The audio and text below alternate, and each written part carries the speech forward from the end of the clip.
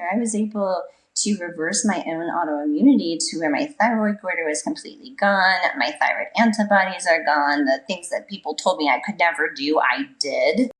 And then I turned it into a career. Welcome to Women's Thrive Podcast. This is where you'll get to hear incredible stories of female entrepreneurs, business owners, women from all walks of life.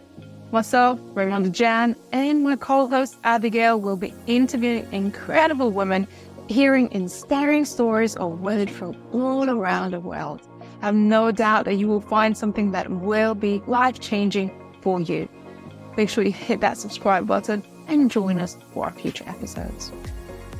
Hello and welcome to the Women Thrive Podcast. So good to see you here or to have you listening to our Women Thrive Podcast. My name is Ramonda Jan and I will be your host today with my special guest, Heather Hanson. Hi Heather, how are you doing? Where are you joining from? Hi, I'm amazing. I hope you are too. I am in Georgetown, Texas in USA.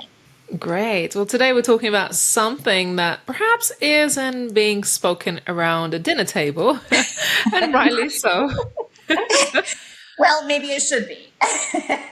Well, maybe it should be. Exactly. As you know, at Women Thrive, we kind of go raw, vulnerable, and we talk about things that are not necessarily being spoken everywhere in the mainstream. So today we're talking about your gut health and how to stop being bloated, feeling fatigue, and why is it even happening? So if you are experiencing these symptoms and perhaps not finding any answers, my guest today is going to shed some light. So my guest, Heather Hanson, affectionately known as the Gut Health Paramedic, she's a visionary behind a transformative digestive CPR framework, and she's a wellness expert who is on a mission to empower leaders to conquer the relentless issue of bloating, fatigue, brain fog, and weight gain that medical community often leaves unresolved. So if you are resonating with this already, make sure you stick around because this is going to be a great podcast episode. And perhaps if it's not for you, but you know somebody who needs to hear this message today, go ahead and share it. Heather, so welcome to the podcast. I'm thrilled for you to be here. Tell us a little bit more about your story and how you actually got to do what you're doing today in this field. Yeah, absolutely. Well, thank you for having me. I like to talk and get my story out there just a little bit because it's a long story and it usually resonates with somebody as we're going along. But, growing up, I had a lot of crazy health conditions that no one could really figure out as I was going through childhood. And by the time I was 19, I was finally diagnosed with autoimmune thyroid. I had a really large thyroid goiter. And when I go back and look at the pictures from my younger years, I'm like, oh my God, how did people not know what was going on at that point? And so I had a lot of symptoms around my autoimmunity. And by the time I was 25, I had a hysterectomy that was supposed to fix me, and it didn't. So it was this long journey of all these symptoms and this collection of symptoms, a lot of doctor's visits, a lot of frustration when I walked out of doctor's visits. And it wasn't their fault. They just didn't really understand fully what was going on because there were so many things going on with me that no one person could figure it out at the time. However, I really wanted a solution. I wanted someone to tell me how to fix it. I did not want medication. I didn't want someone to tell me there's nothing that can be done. You have this autoimmunity. This is how you're going to feel the rest of your life. And I was bound and determined that I was not going to feel that way the rest of my life. It wasn't going to happen. And so I just got a little angry at one of my doctors and I decided, you know what? I walked out of there. I knew I felt better the days that I didn't eat because I had developed an eating disorder when I was about 14, 15. And there were days when I didn't eat anything. And then I would go and I'd binge on things. And this carried out through my life for the next 10, 11 years, well, probably more than that, probably about 15 years in severity with it. And when I didn't eat, all the inflammation would come down. I'd lose weight. Some of my symptoms, I'd feel better. And then I would go and eat cake or maybe whole cake or maybe whole pan of cinnamon rolls. I did it all, right? Just diving back into the...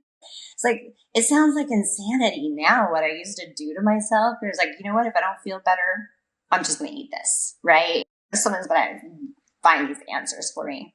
And so I finally decided you feel better when you don't eat, so that you're eating something that's really bothering you. And so in I think it was probably 2003, I decided I was going to go on an elimination diet, which was very unpopular at the time, right? And gluten sensitivity wasn't a big thing. No one really talked about it at that time. When I did that elimination diet and took dairy and wheat gluten out of my diet, I started to feel so much better. But I wasn't really wanting to admit to myself that was really a thing. So I kept trying it over and over again to make sure things kept happening if I ate those things. And so I spent about 2 years of time really navigating this elimination diet and finally figuring out, you know what, I don't want those things anymore because I felt so much better without eating, and things were finally starting to fall into place for me, where I wasn't struggling with a lot of digestive issues and constipation, bloating, and being tired all the time. And even though I had those symptoms, I didn't let it stop me from what I was doing. I still got out of bed every day, put my big girl pants on, went to work, did everything I need, exceeded where I didn't even need to exceed because I was trying to prove to myself that I was good enough. And so I was like overachiever in so many aspects of my life, with trying to get into this perfection state that is actually impossible to get there. Right? So, so just starting there, I was able to reverse my own autoimmunity to where my thyroid goiter was completely gone. My thyroid antibodies are gone. The things that people told me I could never do, I did. And then I turned it into a career, right? Because I wanted to help people the same way that I helped myself. I thought it was going to be easier. It wasn't. It wasn't easier. Every time I thought I figured the thing out for the person, someone else had something new, right? And then I needed to dive a little bit deeper. And as I was diving deeper, people are individuals. You have to have an individual plan and really focus on what you're doing for you and for yourself and what's gone on with your history. I think women would really relate to them because they would go on various diets and even question, like, what's wrong with me? Why am I putting on weight? Why I feel bloated? Kind of blaming ourselves. And I don't think the media or the society is being kind. And now you figured out that actually there was a medical problem, but there was a way which you could eliminate it holistically. You didn't necessarily have to take a handful of pills. You figured out a way that you can manage that and also eliminate the symptoms, not just symptoms, but also the illness that you had. Mm-hmm. Absolutely. But with autoimmunity, there is a DNA component, but you can actually stop that DNA from expressing itself. It can be a complicated process. It's definitely not impossible to do it. One of the things, though, is as I was going on, like all the things I was doing with food and all of that aspect was tremendously huge and important that I did it.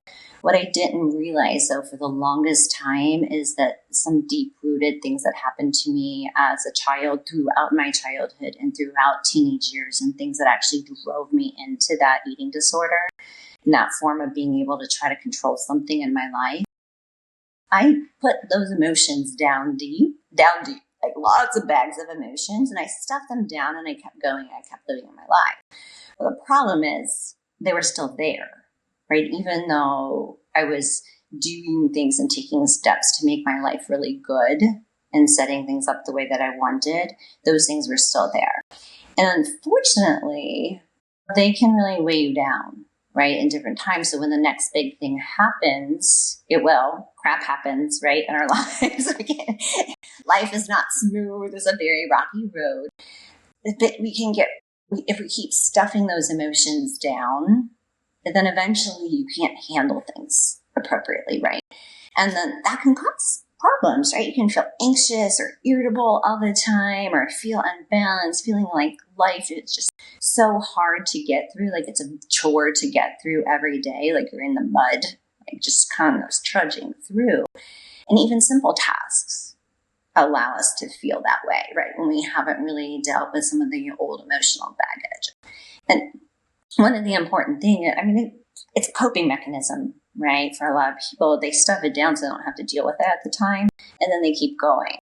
And that's what I did for so long, and it worked flawlessly for so long. The problem is I was stuffing things down still that I didn't know I was stuffing down, where I saw really complicated people, right? They had a lot going on. They had a lot of trauma that they were telling me. And here I'm thinking, I'm just letting it go. And I really wasn't. I was stuffing some of their trauma down for them unintentionally, right? And so it built up a little bit and built up a little bit and built up a little bit. And then as life evolves, and then we get into 2020, right? Now we have all this uncertainty in the world.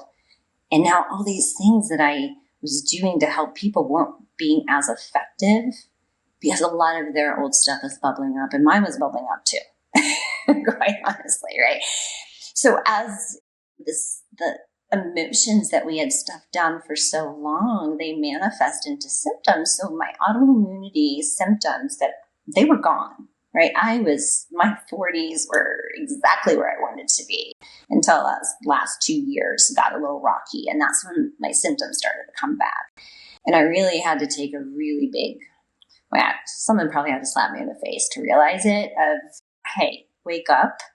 There's stuff going on that you need to deal with. So it's just kind of interesting how our body talks to us a lot.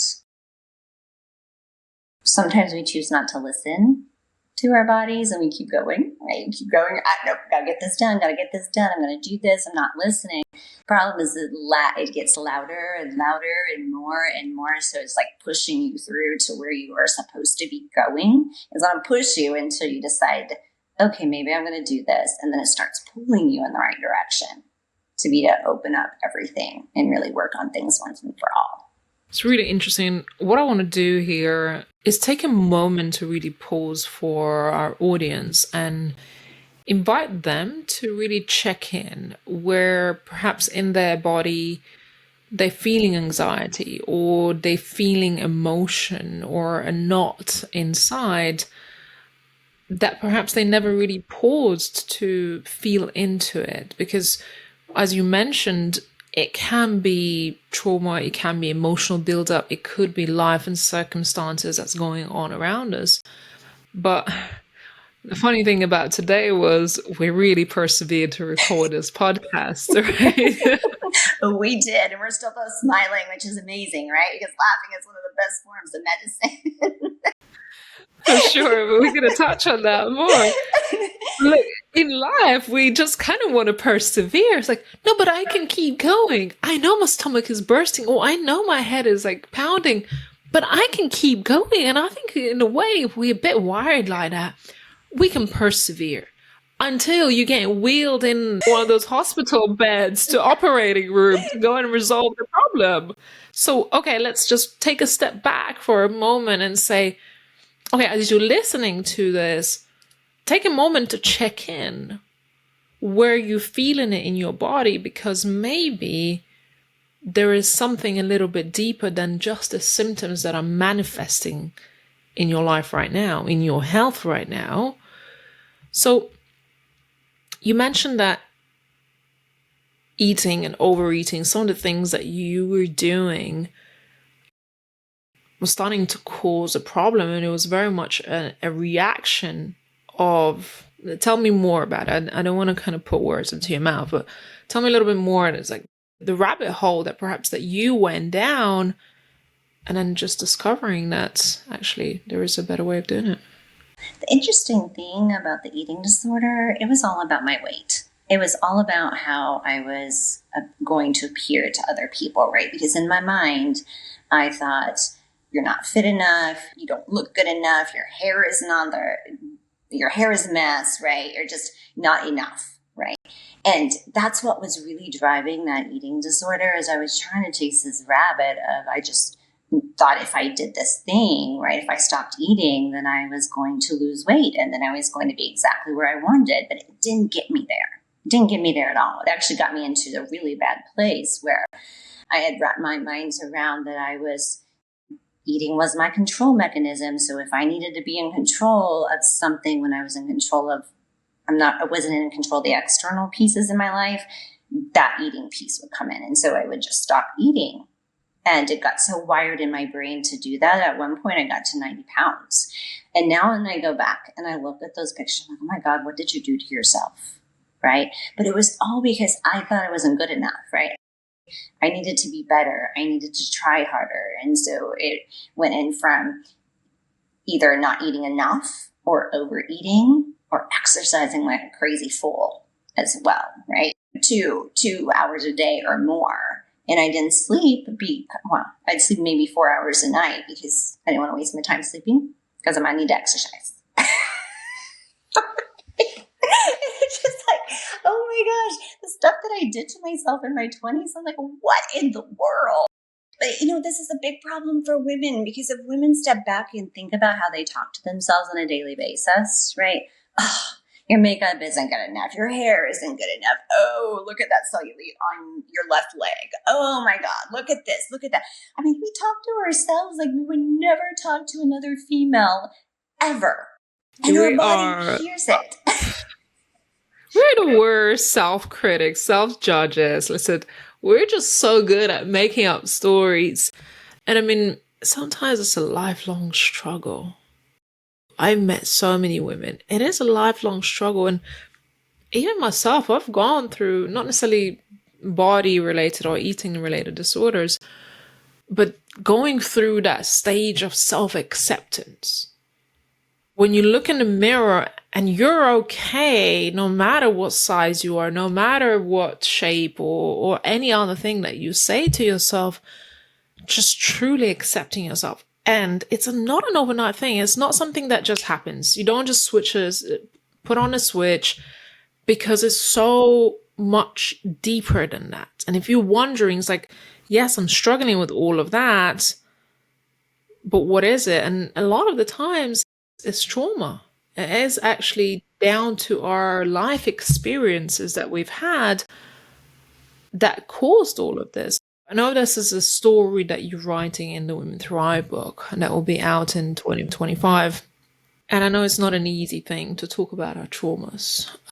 Just tell me a little bit about what made you decide that it's time for you to share your story of going through your trauma. There were a lot of things that led me into writing this story, and it was a story that I've known for at least 5 to 10 years that I was going to write about it. However, I had made a promise that I wasn't going to let my grandparents know what happened to me as a child, and now my grandmother has passed, and it's time to let everybody know, right? And I have always been very authentic with everyone, my friends, my family, the people that I see, right? I really do care about people.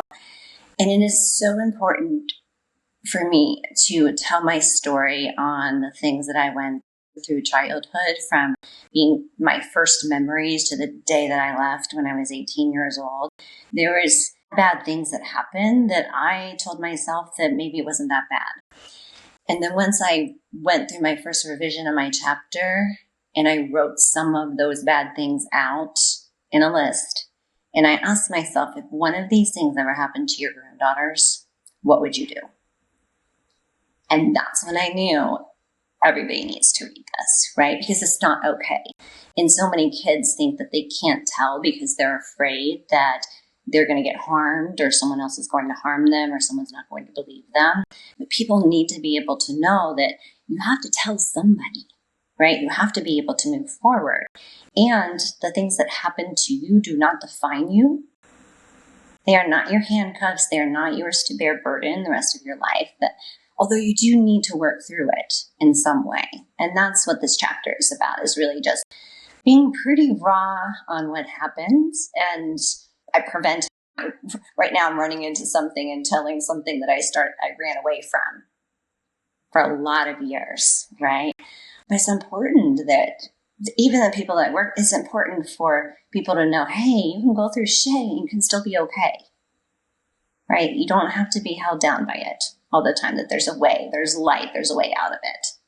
100%. And I just want to remind our audience, look, if you are going through, or you've gone through some things in your life and you're wondering why you feel broken, why you feel not good enough. Why is it that you're leaning into maybe comforting yourself with food or any other substance? There might be an answer laying underneath a couple more layers. And I even know women who, like yourself, you didn't think it was that bad because it was that your reality, but there was a moment of realization that, look, it wasn't okay what you've gone through. For other people, they suppress their memories of such incidents that happened to them because it was too hard to deal with it. They couldn't move on, but it comes back flashing like flashbacks. And what if that happens to you? Know that there is support, and it's such a valuable process to go through, because all the reasons why you thought you were broken, all the reasons why you thought you were just wired this way, maybe it wasn't just because you were wired this way. Maybe you've gone through something that needs deeper attention and healing and support from professional people who know how to handle those situations. One thing that's super refreshing about you, Heather, and we've known each other for some time, and I know it hasn't been an easy year for you. You've gone through tough times. We always put on a smile, and you always put on your superwoman cape, and you just show up. What's your secret? I think my secret is this. I worked really hard to get where I'm at and to be in the place that I'm at. And I choose every morning to get up and do the things in my day that I know are going to make a difference. And it's very important to do that, right? We get one life to live, and I'm going to live it. I'm going to live it. I've worked really hard career-wise. I've worked really hard just on my own self, and I want to enjoy it, right? And it's not easy, quite honestly. The last almost 3 months have been just horrific in one way, but in other ways, I find myself very thankful for other things that are going on, right? And I'm like, okay, career-wise, we're working on this, because my career is me, because I created the practice that I knew that's where my heart was and is. And so I get to do what I love to do with people every day. So for me, I don't go to work. I just do me, right? I help people the way that I can, because people need a safe space to be. They need someone to listen to them. They need a plan for action. So it's just lovely that I've gotten to do this, because I know there's probably people that walk through the door of their work and their soul feels like it's ripped out of their body. That's not me. I don't get to do that. So I think that's a big secret of me loving my work so much, because it's not work. But it's also like having that mindset that's not giving up, making a promise to yourself that no matter what, you'll get through to the other side. And I love, we had so many conversations before, and you're like, I didn't come this far just to come this far. I've worked on the version of me that you see today. Yes, absolutely. And it was hard work.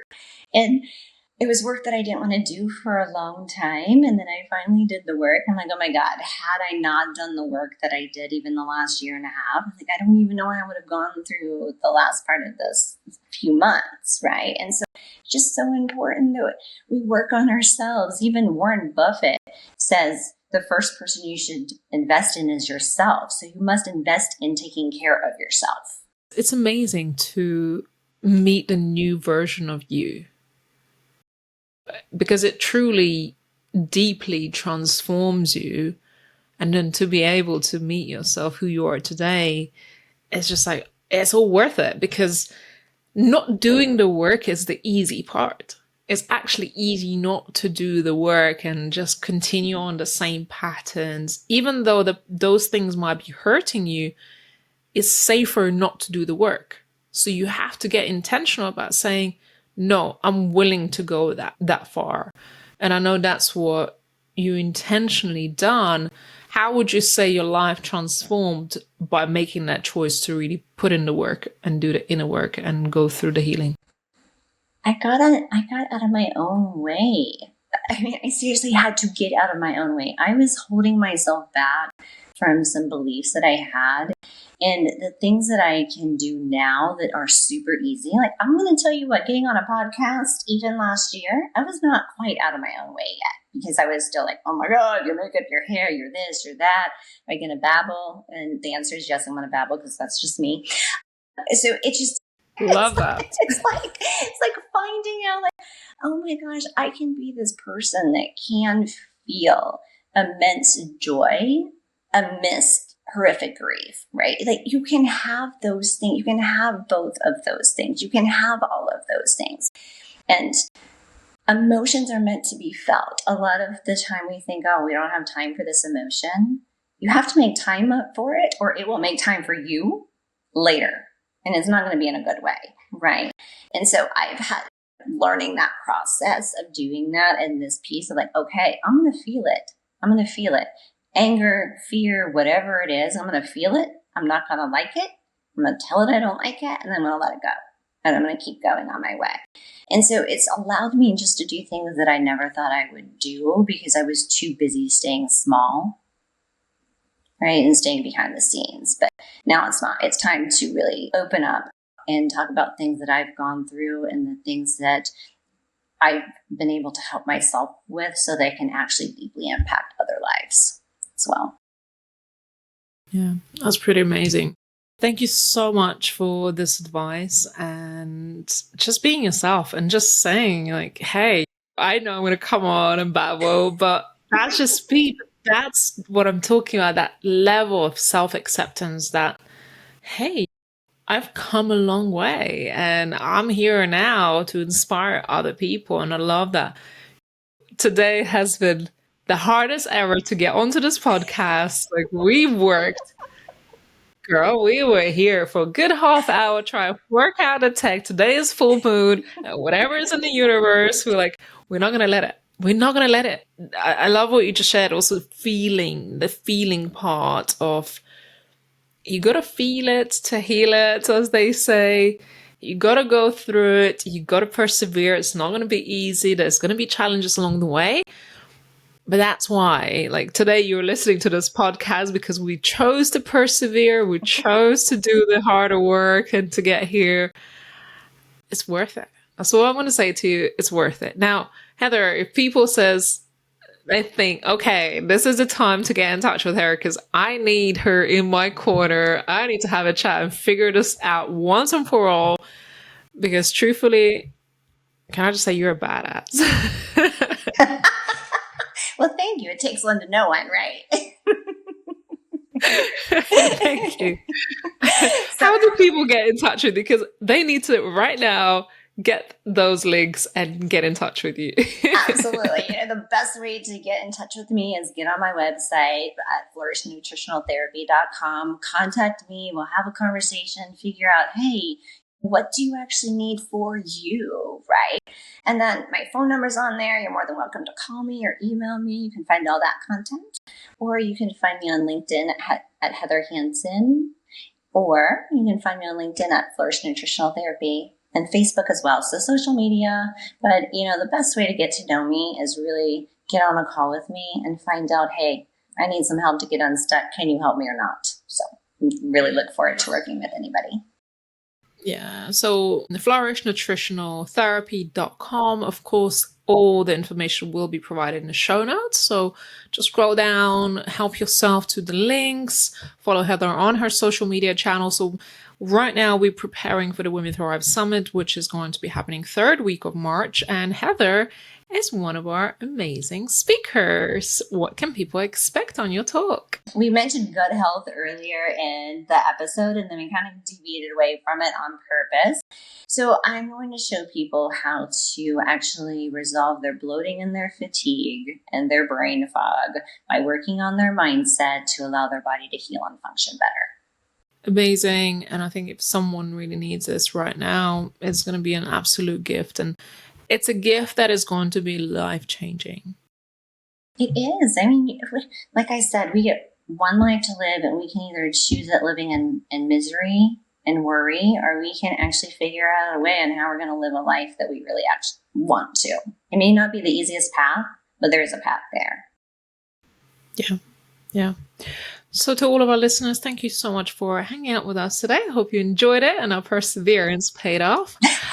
Of course, we will be back for more amazing episodes. And if you want to connect with Heather, please make sure you do follow those links in the show notes. Get to know her. We bring on some of the most amazing speakers on our podcast. And may I just say that I most recently found out that we are in the top 5% of podcasts. So I just want to say thank you to all of our listeners, because without you, we wouldn't be here and we wouldn't be doing this work. We wouldn't be bringing on amazing experts and speakers onto our platform. So I just want to say thank you. Your appreciation is always appreciated. So if you do care, please do leave a review at the bottom. And we look forward to seeing you on another episode. Thanks so much, Heather. We'll see you again soon. Thanks. Bye. Thank you for tuning in to Women Thrive podcast. If you found today's episode empowering and inspiring, be sure to subscribe and follow us.